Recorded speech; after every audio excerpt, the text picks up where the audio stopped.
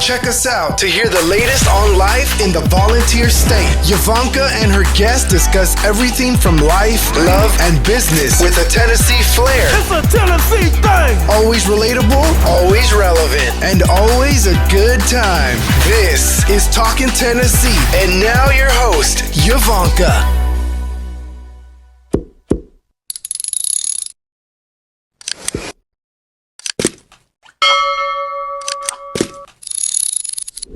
This episode is brought to you by the Landes team, your go-to real estate family in East Tennessee. If you are looking to buy or sell, we are the ones you should call. Give us a call at 865-660-1186 or check out our website at YvoncaSellsRealEstate.com. That's Yvonnca, YVONNCA, sellsrealestate.com.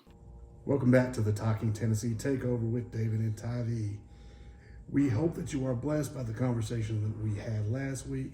This week we want to continue that, and we were talking about manhood, brotherhood, and friendship, and being honest with everybody about what we need.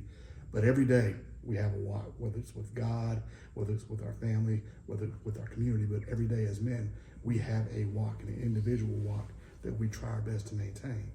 And one thing I've noticed, Tyvi, is that our walk is heavily influenced by the label society puts on us, as they try to put us in a box as men, as black men, whatever, and label us as who they think they are by what's in the world today. And that's problematic in my opinion. Right. I think, people often say this idea of you don't know where you're going unless you know where you've been. And I think part of that is understanding who we are as people, right? As a human identity. So we often, especially as we think about books and we think about history and the way it's being taught, is we often start with, we were slaves. Well, first of all, we weren't slaves, we were enslaved people, right. But those people were doctors and pharmacists and you name it, right? They were scientists. They were kings, they were queens, and I think, sometimes the best way to get people off of their game is to distort the history of who they think they are, right, or who they are. And I think it's important for us to just continue to remember that our history started way before, our ancestors hit American shores or wherever they hit during chattel slavery. And so I do think that we have to really double back to know our history, to understand our history, to know what kind of stock, as I say, what kind of stock we came from, right?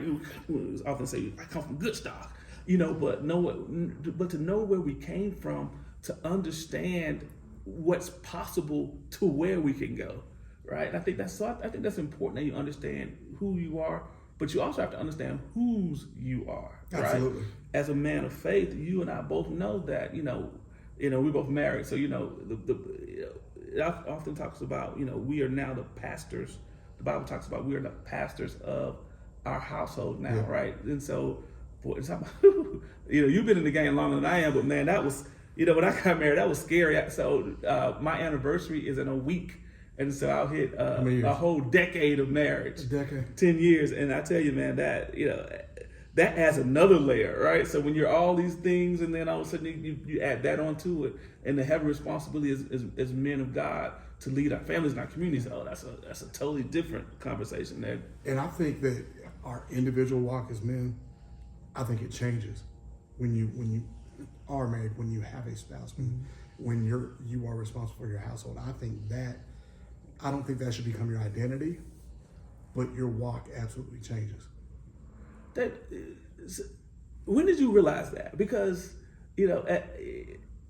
at 10 years, I don't know if I knew the heavy responsibility of what being a husband was. I had just figured out who I was, right? And it took a while to really be comfortable in who I was and what I was called to do and the promises that God made for the impact that I was going to make. And then you get married, right? And I didn't realize just the awesome responsibility that was until, and I think I'm still realizing that. How long have you all been in the game?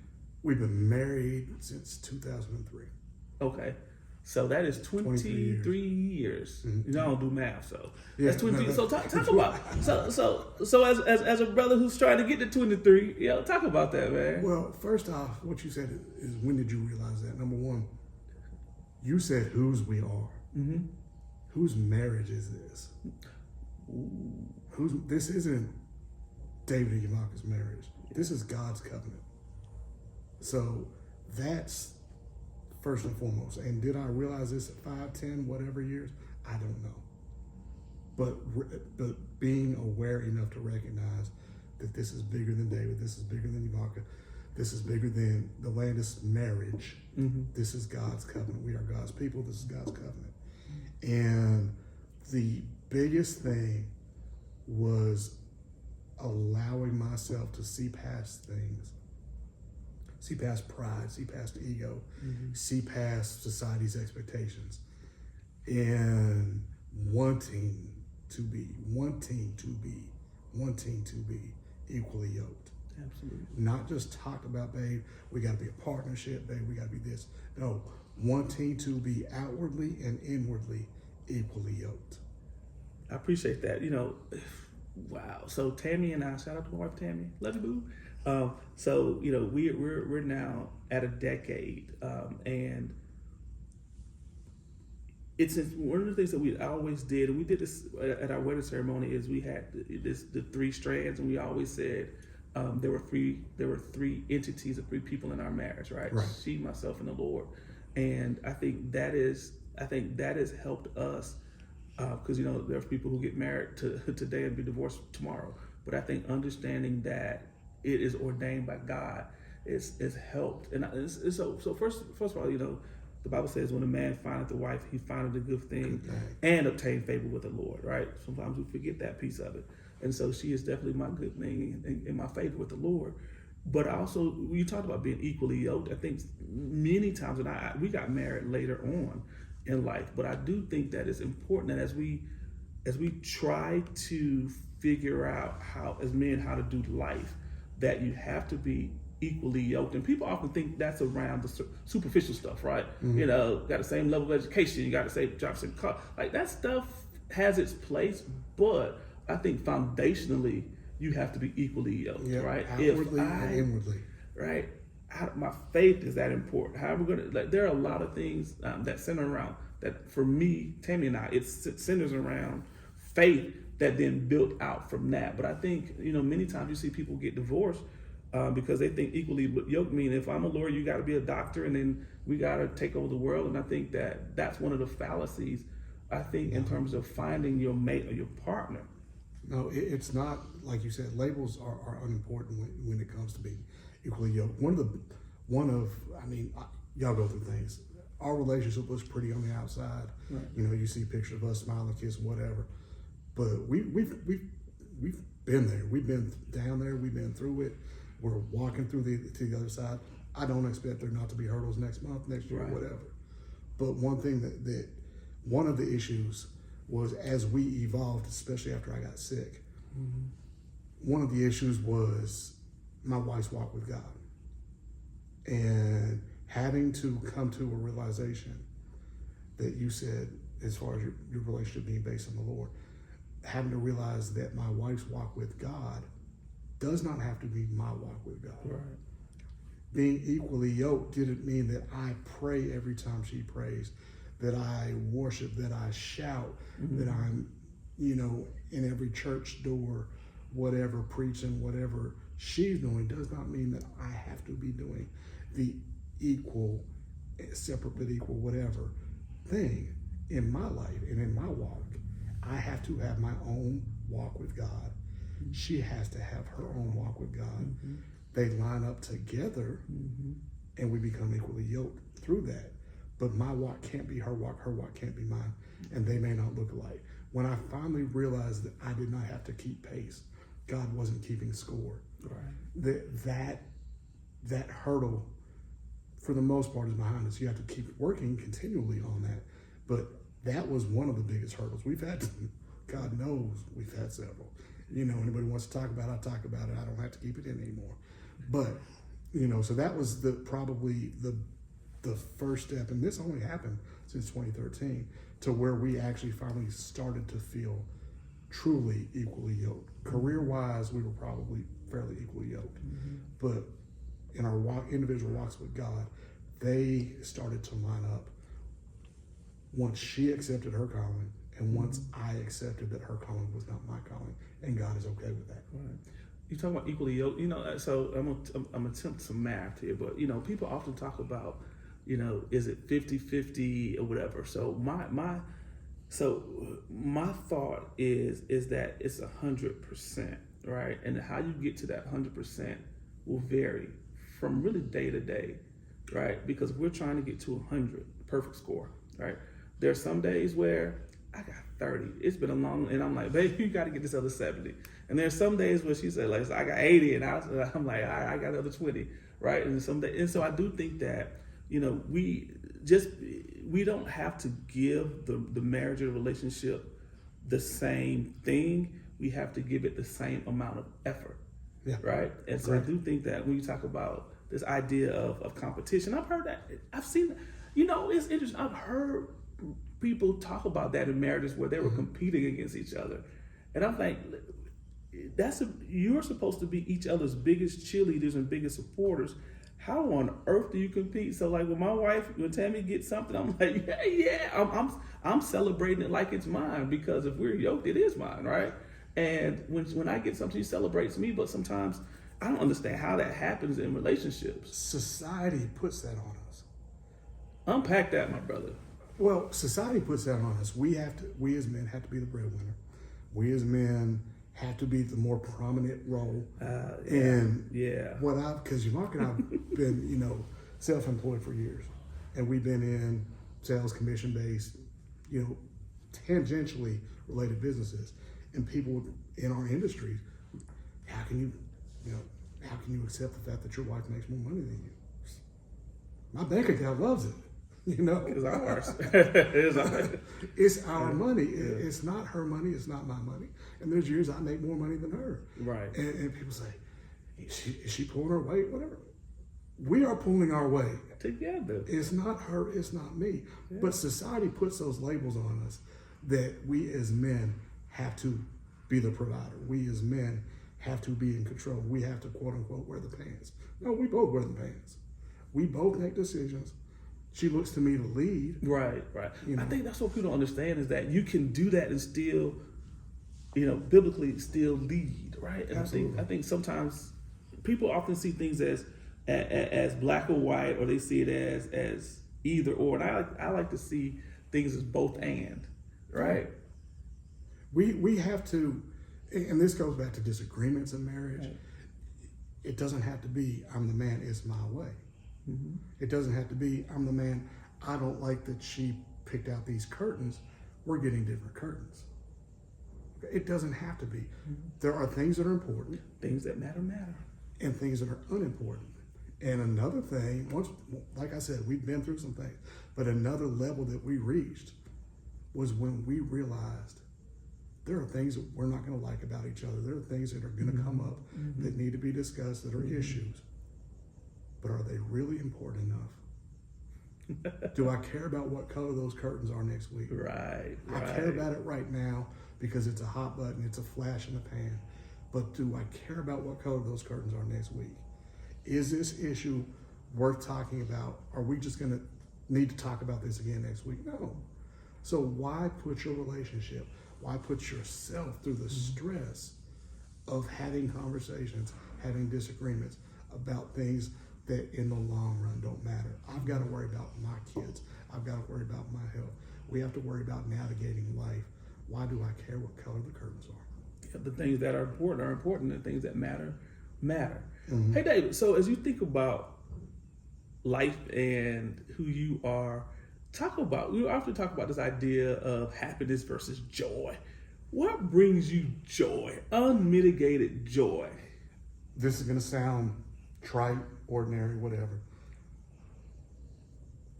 Golf.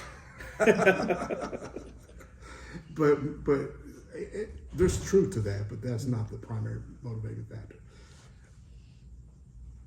Honestly, making my wife smile, making my wife happy does it for me.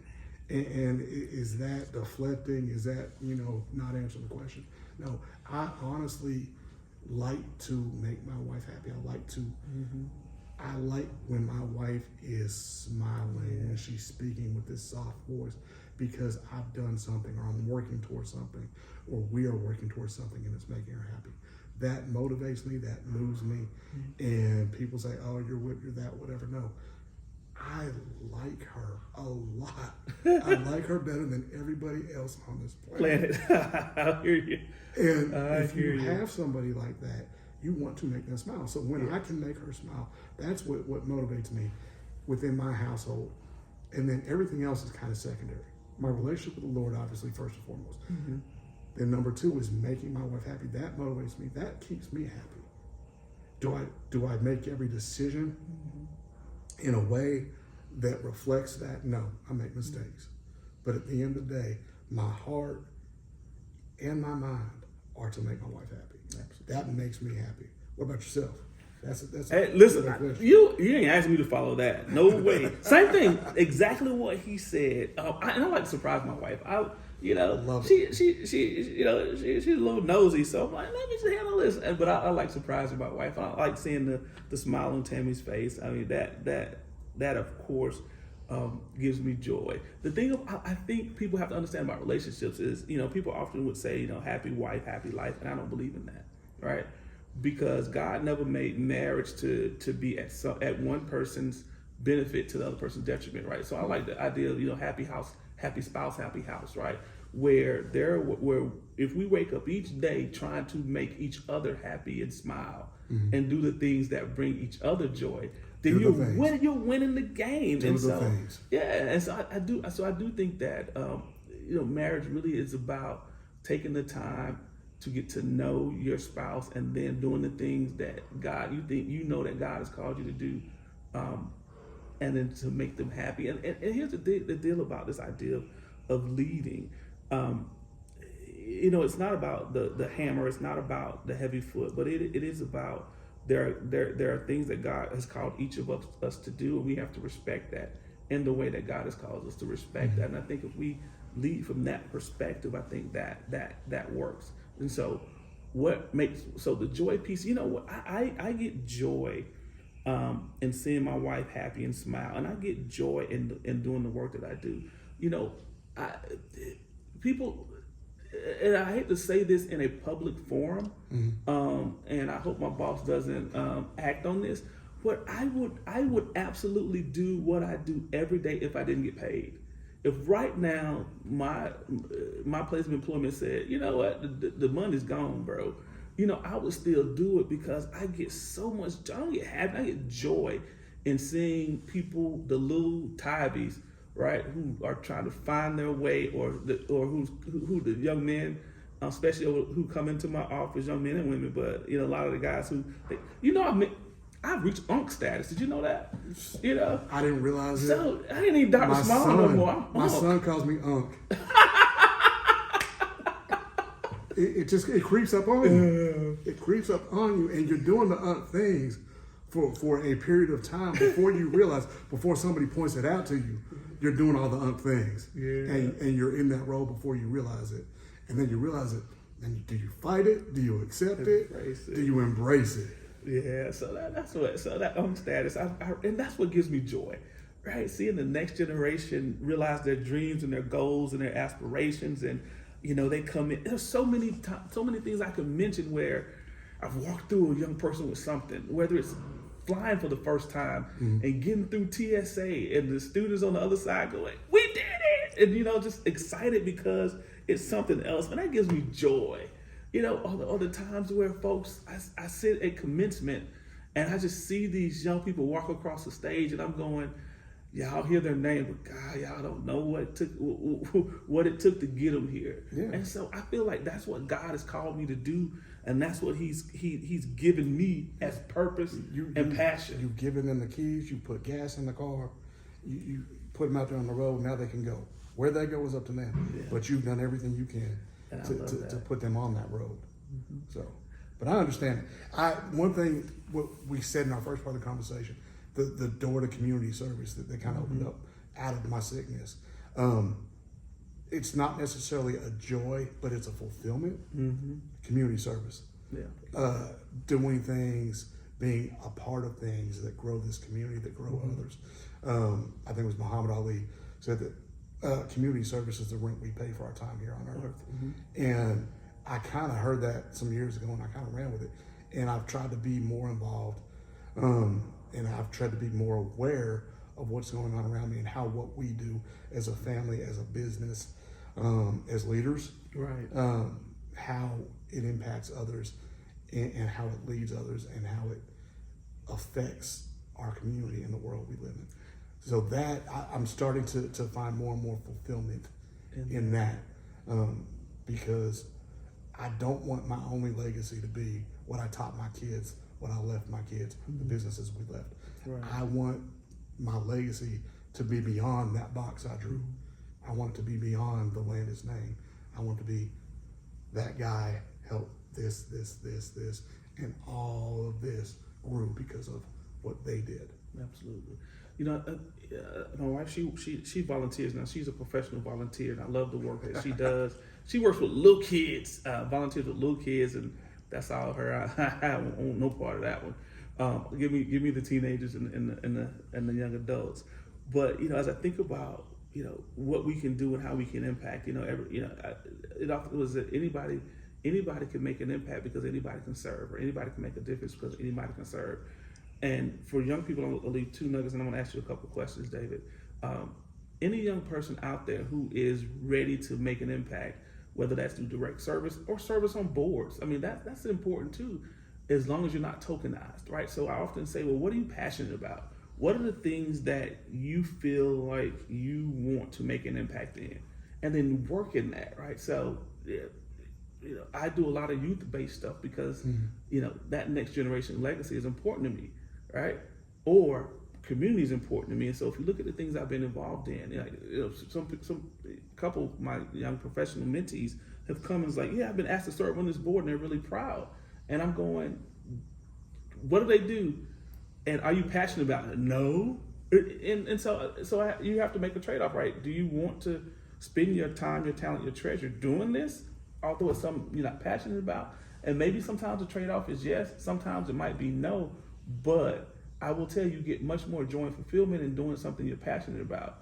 But because I do know that there are other people, I hate when people say, well, I'm the only whatever on but many times when folks have come, hey, you want to serve on this board? I'm like, I can't, no, but I know somebody else who could, or somebody who would be phenomenal in that, who is passionate about what they're doing. And so I do think that as we think about this idea of joy, where you get it in work, but you can also get it in community and in serving others.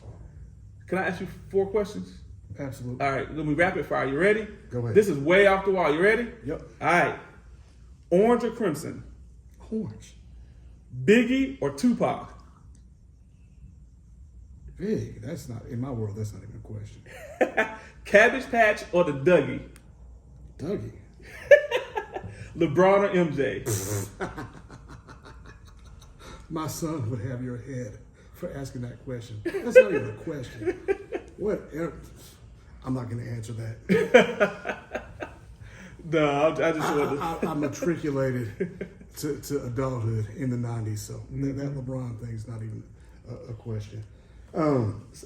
Last question. All right, so the folks who are listening, right? There are people from all backgrounds, all walks of life who listen, but I really want to just talk to my brothers for a second.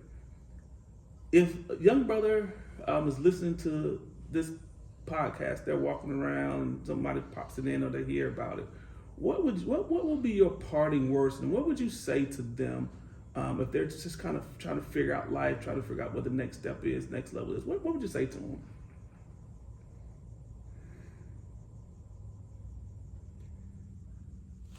See past the stigmas and allow yourself to be who you are, truly, regardless of what society tries to put on you. Find what it is and be that. It took me getting sick. It took me listening to other people tell me that there's purpose in my being here before I would even allow myself to think about why I was here. So my advice to anybody, man, woman, child, whatever, is see past everything that others have put on you. See past everything society's put on you. Labels, trauma. See past it all and figure out who you are and why you are that person. Because you can do so much once you realize that. You know, people, one thing, you know, what I'm passionate about, giving back, the blood drive, you know, everybody knows about it, whatever. But there's something in knowing there is a tangible value benefit to 1 unit of blood saves 3 lives. Wow. We can collect 10 units. We know we've saved 30 lives. I would not be there. I would not realize that success of 1 unit if I never allowed myself to see past my illness. I might not walk again. I'm never going to do this again, whatever. If I never allowed myself to see past my circumstances and actually see past everything on the outside, my health, my finances, because obviously you get sick like that, your finances are a mess. You know, am I going to work again? See past all that. Allow myself to see the purpose that was in me, that God put in me. Wow. And I never stopped before I got sick. And it's unfortunate, but it's the reality of it. So I don't know how you got into your line of work, but you were blessed to be in a position where you could see something tangible through what you were doing in your career. I was not that lucky. I'm lucky to have the career I am. I'm blessed to have the career I am. I've been able to make a good living, whatever. But that does not do anything for me or for anybody else other than provide a service. You can change lives. I did not realize that I could change lives until I had that trauma. Well, David, I'll as we get ready to wrap up, thank you for sharing your story. And I know you and I had talked about it a few months ago about that wasn't always the case. But I think by you sharing your story and by us sharing our stories, the good, bad, and the ugly, what we hope is that you'll take something from it to help use it to impact and improve your lives. We don't have it all together. We are still learning. I still don't know what I want to be when I grow up. But I can see your heart, and hopefully, you know, folks can see my heart to know that this was just about starting a conversation that we need to have in our communities about how we lift everybody up. A rising tide raises all ships, as long as the ship don't have a hole in it, right? And that's what we're about. That's what we're trying to do with this conversation, is just help our community start to begin some very necessary and some very important conversations about how we uplift each of us. And as we walk away, my 4 things, my 4 F's. I was waiting for the turnabout. Faith, family, friends, and food. Well, I got a question for you, because it matters to you. It doesn't matter to me. Crimson or orange? See, that's a little more personal for you. No. I love orange when it comes to college, and then crimson when it comes to my fraternity. Kappa Alpha Psi Fraternity Incorporated. Crimson and cream, baby. Yeah. But no, I appreciate you, Dr. Small, for taking the time out of your day. We know that you are busy. You know that people are pulling, and you are giving, and you gave us some today. We appreciate it. Appreciate you. I hope that this is the first of more conversations with you in this forum, as well as probably some others, just so we can, you know, keep the dialogue going, because we as men need help. We as mentors need help, and the young people that we would like to reach need help, and we can't do that without having these conversations. Absolutely. So, until next time, thank y'all for tuning in. Thank you. Thanks for listening to Talkin' Tennessee with Yvonnca. Watch out for our weekly episodes from the first family of real estate, and check us out on the web, www.yvoncasalesrealestate.com. See our videos on Yvonca's YouTube channel, or find us on Facebook under Yvonnca Landes and Twitter @Yvonnca Landes. And don't forget to tell a friend about us. Until next time, Yvonnca signing off.